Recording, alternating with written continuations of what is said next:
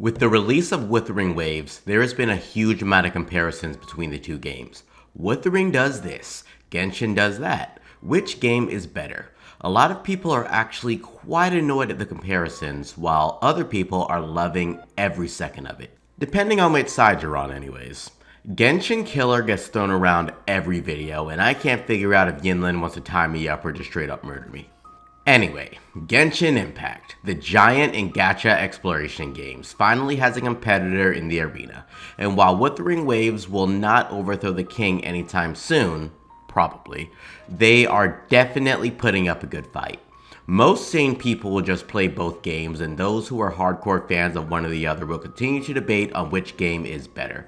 Personally, I am in the middle of both sides, as I am playing both games. However, I have a strong bias towards Wuthering because, let's be real, the devs know how to cook.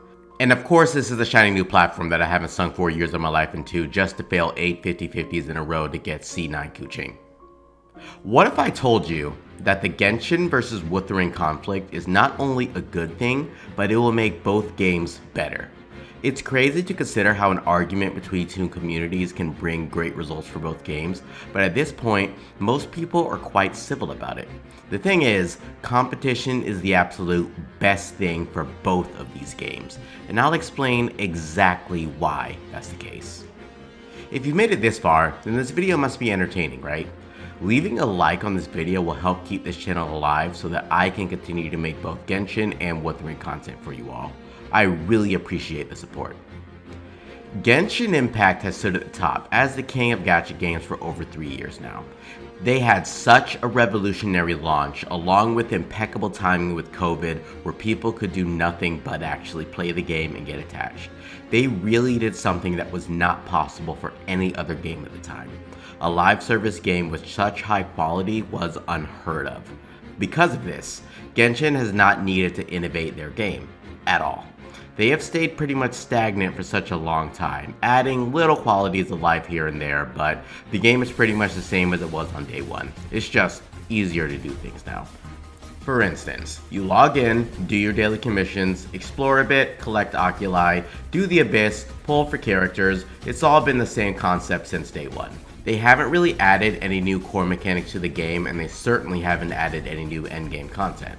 Now enter Wuthering Waves. It seems like the devs for Wuthering were big fans of Genshin because they have literally taken everything that Genshin has done and said, hey, we can do that better.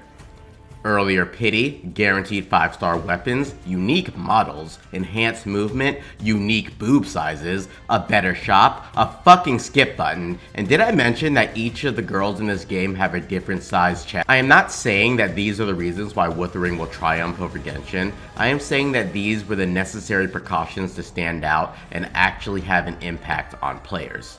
Considering both games are free to play, Koro games need to do these things so that they don't fall into obscurity.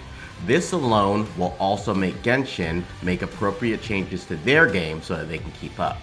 Did you notice how immediately upon the release of Wuthering Waves, they're adding some quality of life? You can now finally have 200 resin, so you only have to log in once per day, and there's new endgame content. And the treasure tracker also just got upgraded to show you exactly where the treasure is when you use it. It makes you wonder why these things weren't in the game to begin with, and why are they only coming around when a new competitor enters the scene? Competition brews innovation, and because another game exists that offers something similar, both games will have to bring their A game to keep new players.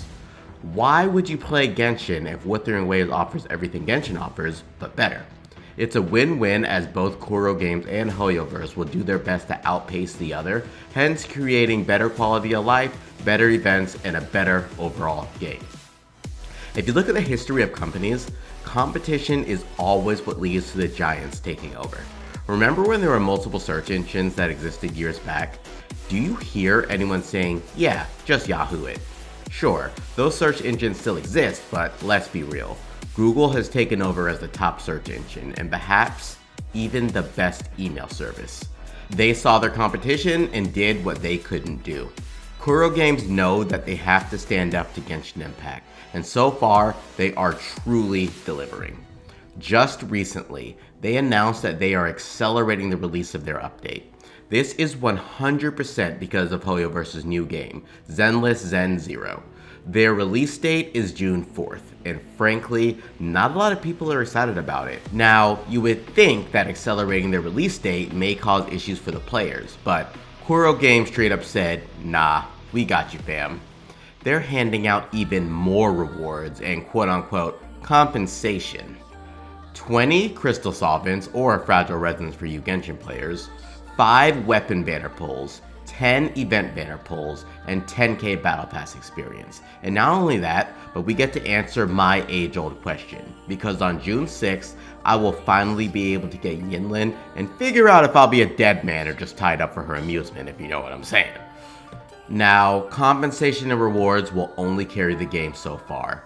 It is imperative that they fix all of the bugs in the game. What's the point of compensation if people cannot play? That's the one thing that Genshin has going for it. Their ease of compatibility with many different devices. That is the one barrier that is stopping Wuthering Waves from truly reaching their plateau. That, and maybe the voice acting, but let's be real. After Act 2 in the Wuthering Waves story, it has become perhaps one of my favorite stories in gacha games. Obviously behind Limba's company, because nothing really tops that, but man, Act 6 is truly something else. Does that make Wuthering Waves the Genshin killer? Well, no, it doesn't. I would call Wuthering the Genshin enabler, and vice versa. I started Wuthering Waves because I was tired of Genshin Impact. I will still play the game as I've invested way too much time into it, and I will always be making content for Genshin Impact, but Wuthering Waves is just a breath of fresh air. I can't quit a game when I feel like my feedback is actually worth something. Plus, the game by itself is fun. Like, let's be real. So all in all, Genshin Impact and Wuthering Waves will elevate each other to new heights.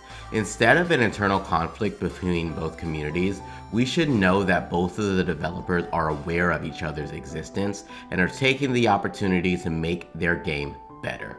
I can't wait to see how both of these games turn out because I love Wuthering Waves, and although I treat Genshin like an adopted ugly stepdaughter, I still love Genshin Impact.